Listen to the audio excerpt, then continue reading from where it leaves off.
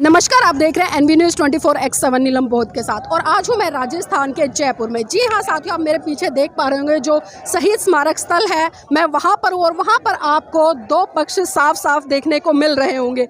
एक पक्ष वो है जो अपनी संस्कृति को बढ़ावा देने के लिए यहाँ पर आज आज़ादी का अमृत महोत्सव मना रहा है, खासकर उसमें महिलाओं की भागीदारी काफ़ी संख्या में। और दूसरी तरफ वो पक्ष है जो कि नीले कलर के गमछों में रंगा हुआ है, जो जय भीम के नारे लगा रहा है। एक तरफ जय श्री राम के नारे लग रहे हैं और दूसरी तरफ जय भीम के नारे लग रहे हैं। एक तरफ से नारे बंद होते तो दूसरी तरफ नारों की जो आवाज़ है पुरजोर आवाज़ में बुलंद होती नजर आती है। किस तरह का ये आज़ादी का महोत्सव है, ये भी बहुत बड़ा सवाल है, क्योंकि यहाँ पर हमने बहुत सारे लोगों से चर्चा की है।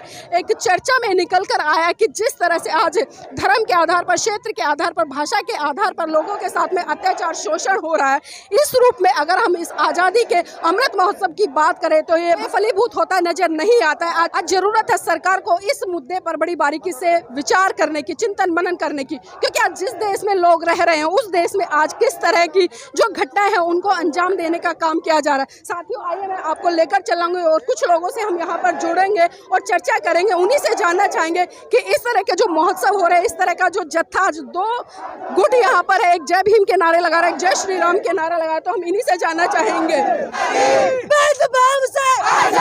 तुम कुछ भी कर लो, हम लेकर रहेंगे भेदभाव से, जातिवाद से, दमवाद से, छोड़ दो, अबरजेट छोड़ दो। आजादी के 70 साल के बाद भी नारे लग रहे हैं, हमें चाहिए छुआछूत से आजादी, जातिवाद से आजादी, हम लेके रहेंगे आजादी। आपका नाम क्या है?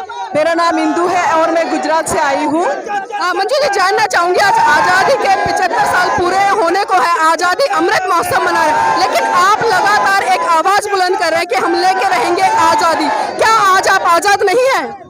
जी बिल्कुल, हम आज़ाद नहीं है, क्योंकि जिस देश में मरने के बाद अगर श्मशान अलग है, खाने में, मिड डे मील में दलित बच्चों को अलग बिठाया जाता है, तो कौन सी आज़ादी, कौन सा अमृत महोत्सव? भारत देश में जब तक छुआछूत रहेगी तब तक ये भारत देश का सबसे बड़ा कलंक होगा। ब्रिज बना देने से, पुल बना देने से आज़ादी नहीं आती है। हर एक को समानता मिलनी चाहिए, चाहे वो लड़का हो चाहे वो लड़की हो। लिंग भेद से आज़ादी चाहिए, छुआछूत से आज़ादी चाहिए। ये भारत तभी स्वतंत्र कहलाएगा जिस दिन इस देश में बंधुता आएगी। आज हम दलित हैं। दलित का मतलब है जो समानता में मानता है, अन्याय अत्याचार का विरोध करता है, और जहां पर भी किसी के साथ भी अत्याचार या अन्याय होता है उसका डट कर मुकाबला करता है, वो दलित है। तो आज हम दलित यहाँ पर मिलकर आए हैं और अमृत महोत्सव मनाइए, हम भी आपके साथ हैं। लेकिन क्या आप ये भूल गए कि 1947 में जो बाबा साहब ने सपना देखा था कि भारत देश एक स्वतंत्र रूप से समानता, बंधुता और एकता का एक मजबूत जोड़ बन के पूरे देश में नहीं लेकिन पूरे विश्व में छा जाएगा, क्या आपको लगता है कि भेदभाव के साथ, असमानता के साथ, अत्याचार के साथ ये भारत मजबूत बन पाएगा? कभी मजबूत नहीं बन पाएगा। अगर भारत देश को मजबूत बनाना है तो समानता, स्वतंत्रता और सबके बीच में भाईचारा और बंधुता होगा, तभी भारत देश मजबूत बन पाएगा। अभी हम 75 साल मना रहे, आज़ादी का अमृत महोत्सव मना रहे, हम उनको वेलकम कर रहे हैं, लेकिन सरकार को अपनी नीतियों के बारे में सोचना चाहिए। दलितों के कितने मर्डर होते हैं, आए दिन अत्याचार होते हैं। हम घोड़ी पे बैठ जाए, इनको प्रॉब्लम, हम मूछें रख ले, इनको प्रॉब्लम, हम पगड़ी पहन ले, इनको प्रॉब्लम, हमारी बहनें आगे बढ़कर शिक्षा ले ले, इनको प्रॉब्लम। तो हमें ये समझना चाहिए कि भारत देश में ये बड़े कलंक है, जो छुआछूत है, जब तक नहीं मिटेगा तब तक आप कुछ भी कर लो, भारत देश कभी भी विश्व में नंबर 1 नहीं बन पाएगा। ये मेरा गारंटी है, आप लिख के ले लो, चाहे सरकारें कोई भी आए। हम किसी सरकार के खिलाफ नहीं है, हम किसी पार्टी का समर्थन नहीं कर रहे हैं, हम बस हमारी आवाज़ को बुलंद इसीलिए कर रहे हैं क्योंकि हमारे लिए 75 साल के बाद भी आज छुआछूत अभी भी जीवित है। तो हम सोचते हैं कि हम मिलके ही इस छुआछूत से मुक्ति पाएंगे। उसके लिए हमने रास्ता चुना है, राष्ट्रपति को बना दिया। दलित वर्ग से है या एससी वर्ग से है या एसटी वर्ग से या ओबीसी वर्ग से, आप रामनाथ कोविंद को भी बिठा के अलविदा कर दिए। अभी द्रौपदी मुर्मू जी का हम वेलकम करते हैं कि भारत की महिला राष्ट्रपति, और उसको भी आप आदिवासी का एक लेबल लगा के बिठा दिए। लेकिन हम उन्हीं महिला को सम्मानित करते हैं। और ये छुआछूत मुक्त होने का जो बाबा साहब का सपना है, तो हम द्रौपदी मुर्मू जी की बोलेंगे कि आप इस सिक्के को स्वीकार करें और जो नया संसद भवन बन रहा है उसमें इस सिक्कों को रखिए, ताकि जब भी संसद में लोग बैठे और नीतियां बनाए तो सबसे पहले उनको ये बात आए कि भाई जितनी भी पार्टियां बनी वो सारी विफल रही है। आज़ादी के 75 साल बाद भी हम छुआछूत नाम के कलंक के साथ आज़ादी मनाए, तो ये कौन सी आज़ादी। आप जहाँ से आए, गुजरात से, हमारे माननीय प्रधानमंत्री जी भी गुजरात से आते हैं और वो हमेशा एक बात कहते हैं कि सबका साथ सबका विकास। क्या आपको लगता है कि उनकी बात में सच्चाई नहीं है? बिल्कुल उनकी बात में सच्चाई नहीं है, क्योंकि वो जो बोलते हैं वो कभी उन्होंने किया नहीं है। और मैं आपको बताऊं कि हम किसी पार्टी के समर्थन में नहीं, किसी के खिलाफ नहीं है। वड़ा प्रधान है, हम उनकी रिस्पेक्ट करते हैं। गुजरात से है उसका मतलब ये नहीं कि वो कुछ भी गलत करे और हम उसका समर्थन करें। हम बस हमारी बात रख रहे हैं कि अगर आप सबका साथ सबका विकास चाहते हैं तो फिर हम आपको हाथ जोड़कर नहीं, हम अधिकार से कह रहे हैं कि आप इस छुआछूत को मिटाइए। हम आपको चैलेंज कर रहे हैं, आप भारत के वड़ा प्रधान हैं, आपके हाथ में पूरी सत्ता है, आप सत्ता का उपयोग करके इस भारत देश को छुआछूत मुक्त बनाइए।